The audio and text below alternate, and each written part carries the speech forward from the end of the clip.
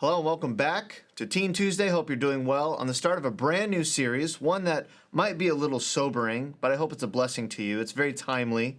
It's something I think that all of us as Christians, especially some of you that are in your teenage years and your youth, would be very beneficial to meditate on, to think about and to know and to be aware of.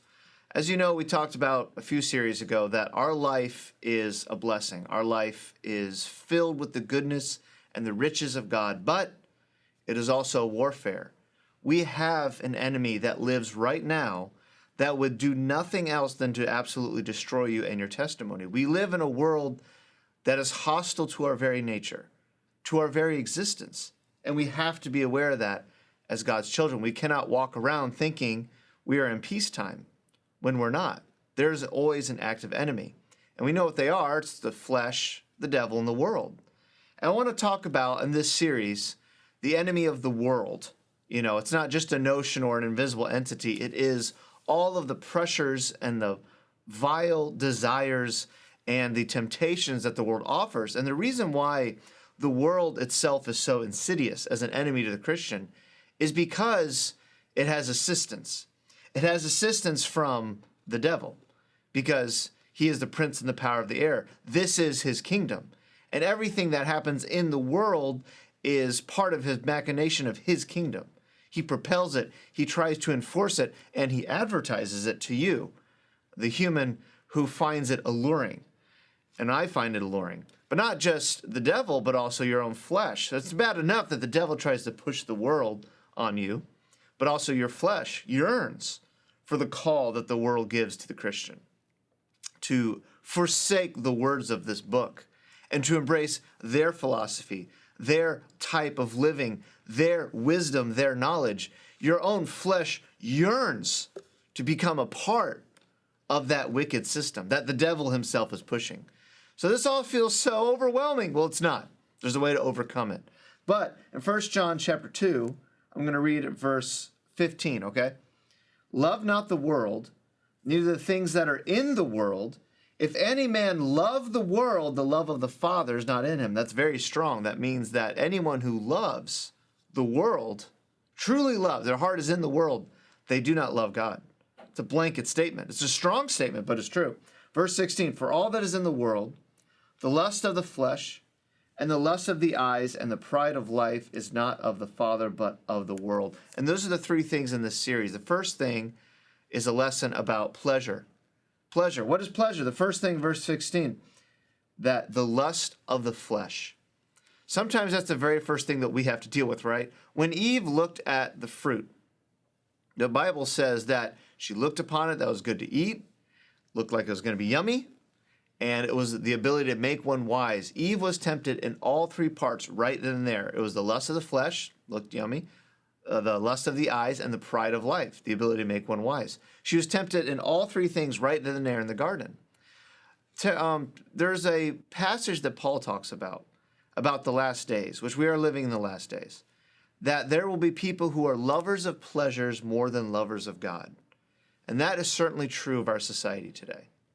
And most teenagers, and even adults, by the way, now have the temptation, more than anything else, to give into the lust of the flesh. Because our world is so full today of so many creature comforts, so many pleasures, so much entertainment. It's overwhelming. I mean, there was days where entertainment was a hoop on a stick. And we make that joke, but it's true. They would take a hoop made of twine or wood and they'd roll it around in a stick. There's your pleasure, okay? You know, not that great, right? But now we have unlimited entertainment at our fingertips. I honestly believe that if we tried to watch every show or play every video game or absorb every kind of entertainment, we wouldn't be able to do it to our dying day. We wouldn't live long enough to absorb all of it. It's an embarrassment of riches. But the problem is that pleasure can be a distraction, and worse, that pleasure can be your downfall. The problem is most people live their lives for comfort, for their own security, and for their own pleasure.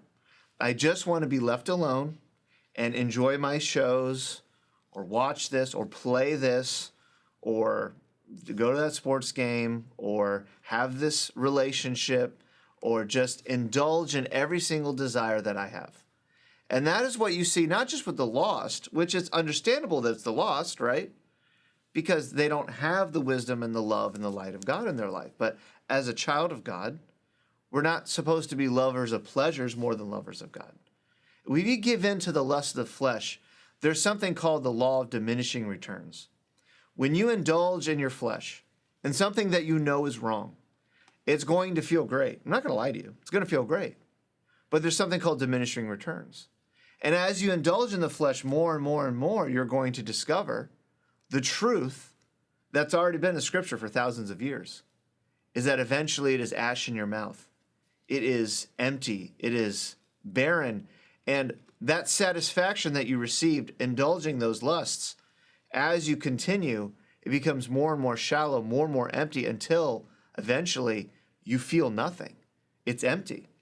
There's a verse in Hebrews chapter 11, verse 24. It says, "By faith Moses, when he was come to years, refused to be called the son of Pharaoh's daughter. He sacrificed this great birthright, choosing rather to suffer affliction with the people of God than to enjoy the pleasures of sin for a season." That's amazing. So Moses could have had every fleshly desire satisfied as the son of Pharaoh when it comes to food or company or affluence or any kind of lust that he could possibly imagine. It was satisfied, or could have been satisfied, if he just gave into it, if he just loved the world more than God, if he just loved pleasures more than God. But it said that he'd rather choose to suffer affliction with the people of God than the pleasures of sin for a season. That's amazing. In other words, he'd rather suffer. He would rather go through setbacks and maybe not be as comfortable as he could, maybe not be filled with as many pleasures as he could, but he'd rather suffer with the people of God and his God, with his God, than the pleasures of sin for a season. See, that's the important part. That's the diminishing returns. Sin is pleasurable. And if you left it at that, okay, yeah, let's all go outside. Yeah, woo. No. It's pleasurable what? For a season. That is the truth of the lust of the flesh. Sin is pleasurable for a season. And the reason today you see so many people filled with anger and hate toward Christians is because they have lived their lives seeking this pleasure, and now it is vain and it is empty. It provides no satisfaction, but they're not willing to accept that a life given to pleasure is a life that actually will lead to dissatisfaction, to disappointment, to pain, and to suffering. They don't want to believe that it's better to suffer with God than to live in pleasure alone in your own flesh. Because by doing so, you acknowledge that God is who you need. It's God is who gives you satisfaction. It is God who gives you strength, and it is God who gives you rest. That all the things that you seek in this life to give you comfort, to give you strength, to make you feel good, really end up empty. It's okay to watch a TV show. It's okay to, things that are wholesome and good, Philippians 4. It's okay to do some of those things, but if that is your whole life, if your life is given to pleasure, you will find that will actually be a very heavy burden. It'll be something that actually in the end won't give you pleasure, but it will give you pain.